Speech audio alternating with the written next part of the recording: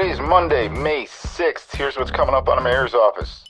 My job was to control me, to go in. You got to go in. If you go out in this game, Chinch, or in life, you go out, you're in trouble. So if I go out to the situation, oh man, bases loaded, tie game in the ninth, I got to get a hit here. Guaranteed you're going to punch out. Guaranteed you're going to pop up. Guaranteed you're going to hit into a double play. Now, if I go inward, bases loaded, 2 outs in the ninth, down a run. Okay, slow down, take a deep breath, look middle way, react in, see the ball, be easy, hammer it. It doesn't, all of a sudden, I don't care what the results are. All I care about is that baseball, ball, ball, ball, ball. I used to be in the box at times, Chinch. I would say that out loud. And I'm in love with the good life. Can't give it up. Make it to the top. Keep climbing. I wanna live it up. The good life. I'm coming up. I'm coming up. The good life. Good life. Oh, good life. Good life. Good life. Good life. Coming in hot on the weekend. How we doing, brother? I missed you, man. What's going on? I know. I love that we're doing a Flashback Fridays with our great interviews, but I miss you, dude. It's one less day of us doing this. It's very sad. I love it, dude. I love doing this show with you, man. I love it. Great. And you're coming in hot. You got a graduate. You got a college grad in your family now. You got a child with a college degree. Do you not? Dude, Andrew Thomas Casey, my man, the firstborn. I still remember holding him in the hospital room the first night he was born, singing "Wheels on the Bus Go Round and Round" for freaking 10 hours because every time I stopped singing, he would cry. Seems like yesterday, dude. 22 years later, man, he's graduating from University of Dayton. Yeah, it was a thrill for us, man. We were all there, and it's exciting to see Andrew. We call him Bubs. Exciting to see Bubs, walk the aisle and although he was the last group, there's all these groups when his place was packed. That's so. He's the last group in the business school. I'm like, oh, there, and dude, it's so funny. I just realized today. I don't know if you saw my Instagram, but I posted some of the pictures on the college graduation. The picture, Sarah pointed it out to me. The picture, you have to take it on the jumbotron because our seats were like, we were like in peanut heaven, right? So you take the jumbotron. The picture of Andrew shaking the dean's hand. Yeah, it's not Andrew. Oh, stop. Andrew's behind that kid. Andrew's behind. That's so good. Sarah's like, do you know that's not because you could tell by his shoes he was wearing dunks? What they charge you like $150 for that picture. You better get the right picture. They're going to give you the right picture when you $150. How about 200 grand they charge me for that picture? Great point. How many times did you cry? You cried. Sean Casey's a crier, guys, which is no problem. I cried. I cried a couple times, dude. That's your baby, dude. That's your first baby, right? He's your first baby. He's my first baby, dude. He's my man. He's my man. He's such a great kid too. Also, too, he's heading down. He's like, Dad. He's like, hey, a bunch of their senior week this year down in Daytona. He's like, what should I do? I was like, you should go. You should be going in there. So him and some buddies are driving down today, 13 hours from Dayton to Daytona for like a senior week thing. I go, when are you ever going to do? When are you ever going to be with your college buddies in Daytona Beach, Florida, ever again, dude? Like, dude, what did I tell you last night? Last night I said, great call being a dad to say that, because what's going to happen? You're going to work the rest of your life. Just take a couple weeks, take a couple months. Yeah. Do this stuff where kids are taking a couple of years. Let's not go Yeah. back. Yeah. Hey, kids, don't be 30 years old in your parents' house. Get your shit together. Get a job. You know what I mean? I agree. We have so much to get to today. We got the big Padres trade that is already paying off. We got Trey Turner's injury. We got a very cool thing about comparing the Yankees and the Mets with runners in scoring position. And you have a great story because Sean Casey was pretty good with runners in scoring positions, which we'll get to. And we're going to wish Willie Mays a very, very happy birthday. But I would like to start the Dodgers statement. Dude, playing the Braves and thumped them. Shohei Ohtani is the best player in baseball, if not Judge. Well, right at this moment, it's Shohei Ohtani. He's not even close right now. Maybe Soto. Well, Did I think the one thing you're always, whenever you're thinking of National League, you're always like, well, the Braves are the best team. Braves are the best team. And then Dodgers, Braves, Dodgers, Braves. Then all of a sudden, I mean, the Dodgers thump the Braves, swept them.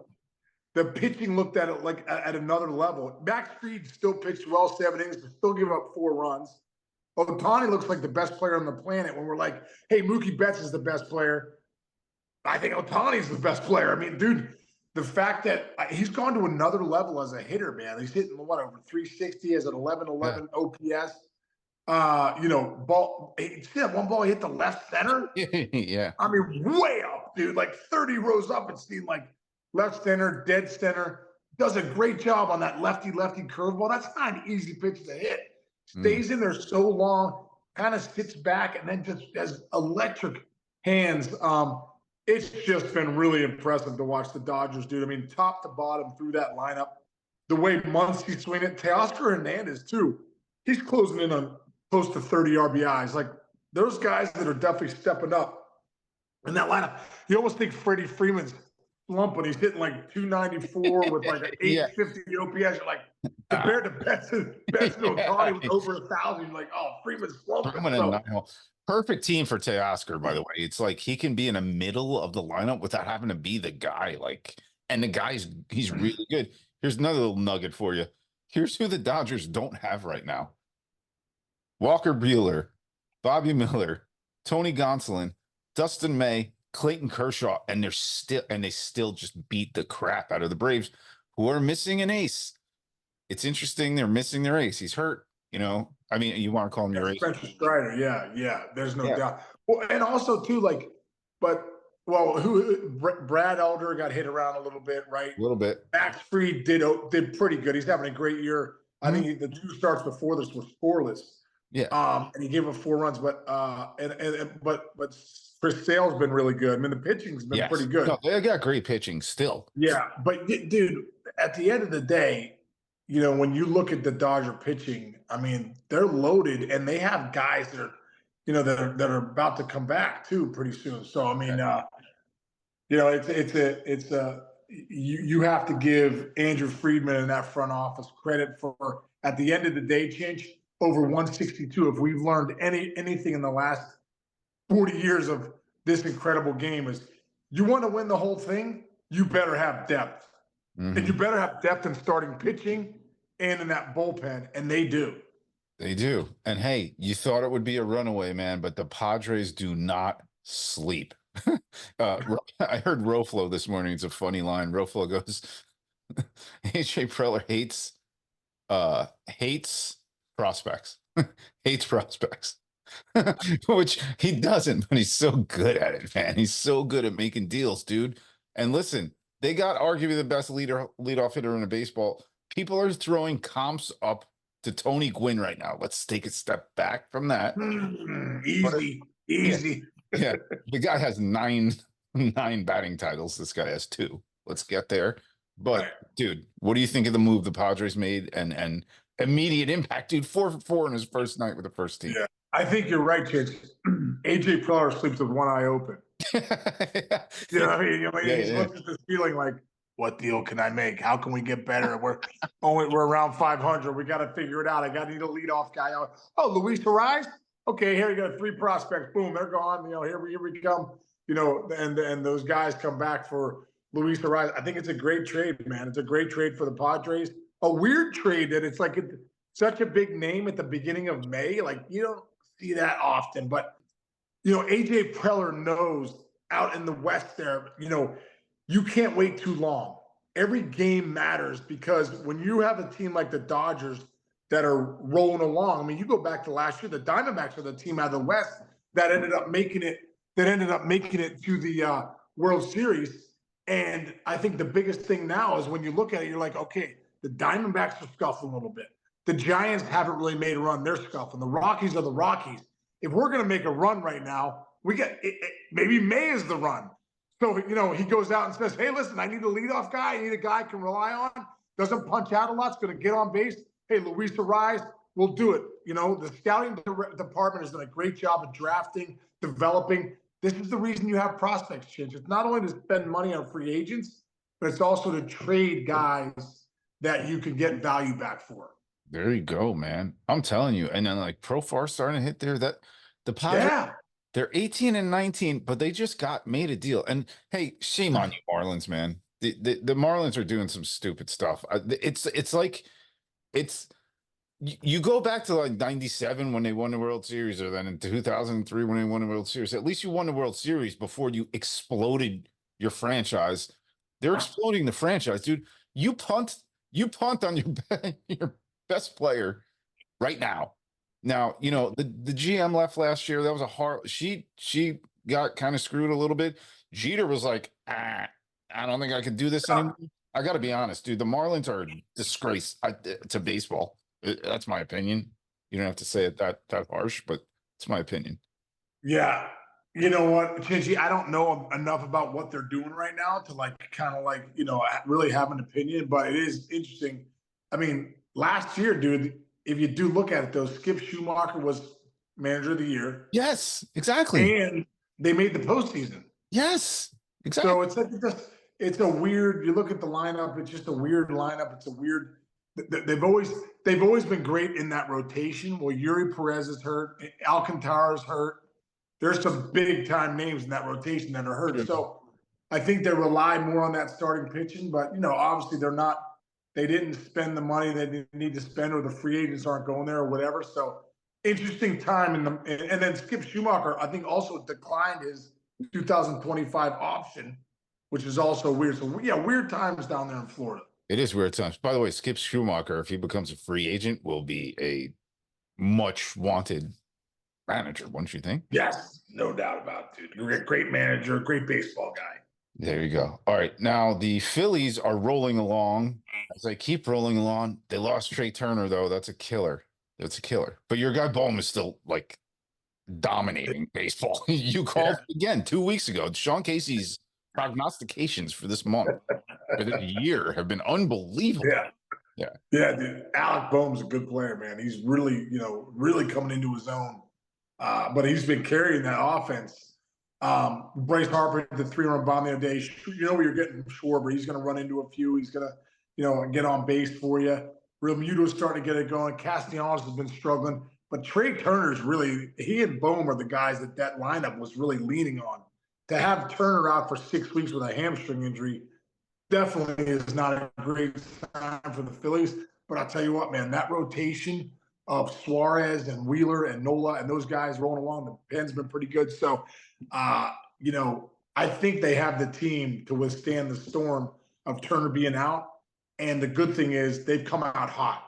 You know, they're leading the NL East right now, and you know, with the Braves getting swept by the Dodgers. But it's a good time right now to lose Turner with if you're gonna at any point, you know, playing the kind of baseball the Phillies are playing right now. Yeah, they're a great team. They're a great team, and it's fun to watch them, man. That Philly ballpark, that's nuts.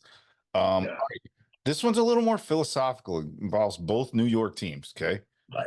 On the Yankee side of things, they got right because the Orioles smoked them for 3 games with their starting pitchers. They got right against Detroit, even though they had to fight through it. Dude, Juan Soto is every time there's a runner on base, he had a huge double yesterday in the pouring rain, which I'm sure you know stinks as a hitter better than anybody. Huge double, kind of won the game for them. He is like over 400 with runners in scoring position. Other side of the town, Pete Alonso. Now, by the way, don't forget, these guys might switch teams next year. You never know. That's right. That's where it's at right now. It's a very funny experience in New York with these 2 studs. Dude, Pete Alonso is gripping. I don't have the number in front of me, but he's like one for his last, I don't know. We're getting into the 30s. We're getting into the 40s. Oh, really? Yes, dude. And I'm going to pull it up. With runners in scoring position. No. Overall. But now I'm going back to the game a couple nights ago where he comes up with the bases loaded mid-innings, 1 out, comes up with the bases loaded mid-innings later in a game, grounds into a double play with 1 out. He is gripping so hard, Sean. This isn't really much about Soto And Alonso, for me, as it is, would you hit 327 with runners in scoring position? Is there a mindset? And even when you're gripping, sometimes doesn't it even actually kind of get you out of slump when you got runners in scoring position? So you're like, focus a little more. Can you just take us through the mindset of hitting with guys on base? Yeah, I think it could go either way, Chinch, as far as that goes. I think the biggest thing, I know for me, why I felt like I was great with runners in scoring position is I remember Harvey Dorfman in the mental game of baseball. Here we go back to him again. Would always talk about get your process so right. Know what you're doing. My process was take a deep breath, see the ball, be easy, hammer it. Hunt the fastball, push them out, look middle away, react in. I always had that process. So, and Harvey would say, listen, get your process so tight that you're not worried about results, so that whether it's bases loaded, 2 outs in game 6, game 5 of the World Series, down a run or tie ball game, or nobody on, nobody out in game 4 of the season with the Cincinnati Reds in the first inning, that it doesn't matter. Your job is to see the ball, put a good swing out, let the ball travel, and hammer. I think that helped me out a lot. So I didn't get caught up in the situations. My job was to control me, to go in. You got to go in. If you go out in this game, Chinch, or in life, you go out, you're in trouble. So if I go out to the situation, oh man, bases loaded, tie game in the 9th, I got to get a hit here. Guaranteed you're going to punch out. Guaranteed you're going to pop up. Guaranteed you're going to hit into a double play. Now, if I go inward, bases loaded, 2 outs in the 9th, down a run. Okay, slow down, take a deep breath, look middle away, react in, see the ball, be easy, hammer it. It doesn't, all of a sudden, I don't care what the results are. All I care about is that baseball, ball, ball, ball, ball. I used to be in the box at times, Chinch. I would say that out loud. Ball, ball, ball. Because in baseball or in life, where your focus goes, your energy flows, right? I love that. Where your focus goes, your energy flows. So I focus on the ball. My energy is now on the ball. If I focus on the situation, or that it's bases loaded, I got to get a hit, I'm 1 for 30, I got to get things going. Now anxiety is involved. Now results are my driving force. I'm in trouble. I'm in big trouble. So when I look at a guy like Pete Alonso right now, anxiety creeps in. I got to get it going, man. I'm struggling right now. And it's normal, dude. Like, not to even pick on Pete, but it's normal for guys. I've been there before. You get out of that process. You want to get 4 hits in this at bat. And what happens is you start anxious hitting, I call it. Hope hitting. I hope I get a hit. I hope, and you start living out front more, right? In this game, you got to get back to the baseball. Get back to seeing the ball, seeing it deep, and hitting it. I want to go really quick to Manny Ramirez one time. Never forget. I watched Manny Ramirez take 3 balls down the middle. He was struggling. He took 1, 2, 3, literally. Good morning, good afternoon, good night. 1, 2, 3, see ya. And I was like, man. But I knew Manny had a method for his madness, right? He goes out the next at bat, gets a pitch out over the plate, hits a bomb to right center. And the whole thing was, hey, I'm struggling right now and I'm getting beat out front. Why don't I just use the at bat to really see the ball and then take that into my next at bat? So I think that's something for young hitters too. Like, okay, if you're out front all the time, maybe take a pitch or 2. You suck already during those at bats. You might as well use it for your advantage. And even though you might get out, you're seeing the ball. You're letting the ball travel. It's a different way to look at it. I like that. That's great. Poor Pete, last 7 games played, he is 1 for 26 with a double, 2 ribbies, 2 walks, 8 strikeouts. Yeah. That means he's about to get hot. That's what I think. Hey, guess what? Guess who we were ripping, or people were booing Francisco Lindor 2 weeks ago? He's carrying the team now. He's literally carrying the team on his back. So yeah, get those 2 guys hot. Get those 2 guys hot together. The Mets go on a win streak of like 9 games. I say. Exactly. Yeah. Anyway, all right. End on a happy note. Willie Mays, 93 years old today. Sean, Willie Mays. Let's go, Willie, man. Oh, dude, I got a great Willie Mays story. When we used to go play the Giants in San Francisco, bro, we'd go in the clubhouse. And what was great about Griff, wherever, with Junior being on your team, wherever you went, people wanted to be in our clubhouse. I'm like, dude, this is great. We got celebrities coming in. We got So Willie Mays and Willie McCovey used to always come in our clubhouse, dude. Always. And it was incredible. You'd walk in, after BP, and there's Willie Mays, Willie McCovey sitting there talking shop, talking to Junior, talking to Senior, Ken Griffey Senior, talking to whoever. It was incredible. And I remember grabbing the clubby one time, and I was like, I went to I believe I went to the mall out in San Francisco. I got 2 vintage jerseys, or the clubby got them for me. Either way, I got 2 vintage jerseys, legit old school Giants jerseys. And I asked Mays and McCovey to sign them for me. And dude, it's 2 of the greatest things I have. I have a Willie Mays jersey and a McCovey jersey, legit jerseys. And they were so nice. And Willie Mays, it was just so cool to hear him talk. And you're around greatness. There's certain guys when you're around greatness, and Willie Mays was one of those guys.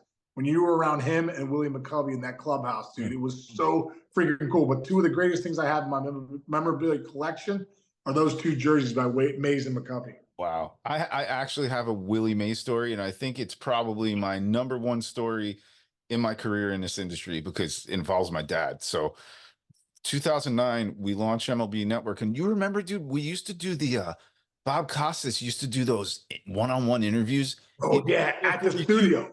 In Studio 42 with an audience. Okay. That's right. Yes. Do you remember that? Yes. So we get Willie Mays. Bob, of course, Bob gets anybody. Bob gets Willie Mays, dude. So I tell my dad, I'm like, Dad, you got to drive in for this one. You're coming. You're going to hang out. He comes in. Now, Harold is the greatest guy in the world to all of his friends and everything. And obviously Harold and Willie are very close, very super close friends. And so Harold, I'm sitting there and I'm working. I'm doing a show right after it. And we're doing his live broadcast I'm working on. And Harold's like, come here, Chinch, get your dad. And I'm like, what are you doing? He's like, yeah, get your dad. Get Dr. Chinch. I grab my dad, dude. He takes now it's an edit room. This is how small. But your dad's there to watch dad's there to watch it, right? So my dad and I start walking. We go into this. It's what the edit room outside of the high soup desk is now. Sorry, this is inside. Yeah. But it used to be a green room. So Willie Mays is sitting in this couch by himself. Harold brings my dad in, sits him down. He goes, Willie, this is Chinch's dad. His son's our producer. You guys came from the same generation type thing. Hang out, talk for a little while me and Chinch go work on a breakdown tape. I'm like, now in my head, I'm like, oh my God, what's my dad gonna do here? no, but like now my heart is beating. Like I'm like in my 30s. I'm like, I got my dad to meet Willie Mays. I'm freaking out. So I go do some work, whatever. I go back into the edit thing. It's like 5 minutes later. I'm like, oh my God, I left my dad in there alone with Willie Mays. What am I gonna do? I go back in there, Sean. I swear, this is God's honest truth. I swear on my mom's grave. I walk in there and they're arguing. Willie Mays and my dad are arguing with smiles, but they're arguing. And I'm like, what is that? I get fired. My dad, Willie's like, they're talking about the Polo Grounds. And he's like, I saw you at the Polo Grounds. And he's like, that center field fence was 457 or whatever it was. And Willie's like, no, it was 450. And my dad's like, no, you're wrong, Willie. You're wrong. And my dad pointing his finger going, you're wrong, Willie. It was definitely 440, whatever the number was. And I'm going, oh my God, Dad, stop arguing with Willie Mays. He played center field at the Polo Grounds, and you're telling him he's wrong about the distance. Oh, it wound up being great. Willie was such a great sport. Dude, I went back and looked at some of his stats. He might be the greatest. He might be the greatest ever. Chinch, he really another thing about that, when I played at Candlestick Park for a couple years before, obviously the new one was built in San Fran, the old fences were so far back. And so the new fences were pretty far. But they're like, you see that fence? That's where Mays and McCovey had to hit the ball. And Mays was a right-hand hitter. So, right. Bro, it was so freaking far. And he has 660 homers. So I'm thinking to myself, Mays must have been at a different level where he was hitting the home runs. Yes. At Candlestick Park. Dude, the statistics, everybody today, in honor of Willie Mays' birthday, just go to his baseball reference page. I think he was like a 24-time All-Star. He was an All-Star twice as long as your career was. And by the way, I think he hit He either hit, I forgot the number, but it was like 307 or 317 in All-Star games. He probably had more All-Star at bats than a regular season. Like, dude, the guy was I think he's a career 302 hitter. For some reason, I remember looking at where I'm at, and I think Willie Mays is right there, and I'm like, hey, at least that's cool. Me and Willie Mays have something in common. We're Wait, close. hold on. I gotta pull that up. Hold on. Seriously. Wait, hold on. Willie Mays, dude. If you have the same batting average as I Willie, swear, I'm right there, bro. I'm right where Willie Mays is, because whenever sometimes I go to look at it and show the kids, like, look where dad is, and they're like, look at all the names around. 304. No, wait. 30. 301. 301. Willie Mays. I'm better than Willie Mays. How many games did you play? Do you remember? He only played double the amount of games and had 15 more hundred hits. Dude, he played 3,005 baseball games. By the way, how about this? Everybody talks about when he was on a Mets at the very end of his career. He was 42 years old, Sean. He played 66 games. He had a 303 on base percentage, and he hit 6 bombs at 42 years old. He was still decent. That's not bad, right? He's the say Willie. Man, Say hey. so we love him. We say happy birthday to him. Yeah. Sorry, bro. 93 Sean Casey. You're not as good of an average hitter as Sean Casey, Willie. But that's all right. You had a couple other pretty decent stats. He only had twice as many hits as me, dude, and 19 and 20 more All-Star games. and 500 more homers. Dude, he hit 660 home runs. That's incredible, dude. I have never done anything in my life 660 times consecutive. I've never done it. Can you imagine circling the pillows 660? Dude, I hit 130 home runs in the big league. Seriously. That's a lot of times. That's circling the pillows 130 times. I know. Unbelievable. 660. I know.